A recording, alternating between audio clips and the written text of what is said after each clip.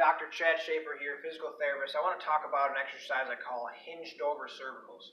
So this is a neurodynamic exercise or neuroflossing exercise to help you get a little bit of extra motion through your hamstrings and through the muscles in your posterior chain, essentially meaning the back side of your body. So this exercise can be helpful if you're squatting, deadlifting, you're doing some sort of yoga poses that give you a sensation of a stretch in the hamstrings. So how I set this up is I'm going to be standing upright.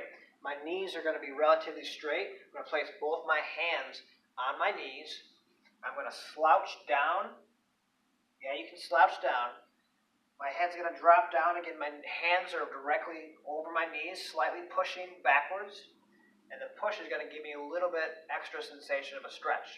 From here, I'm going to lift my head up and lift my head down. Up and down.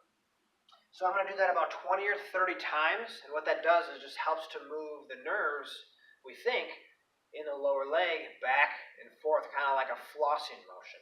So what that usually does, and the expectation from that, is to increase your motion or decrease that sensation of tightness, and usually that correlates to either getting more range of motion, doing something more functional, or lifting heavier weights. I use it a lot when I'm deadlifting or even squatting. So then now when I go down to a deadlift with a hinge of the hip strategy, I'm going to feel a little bit less tension in the back of my legs, calves, or the hamstrings as I lift up. And that usually gives me a little bit more sensation to say, hey, I can lift this weight. There's not as much tightness in my hamstrings.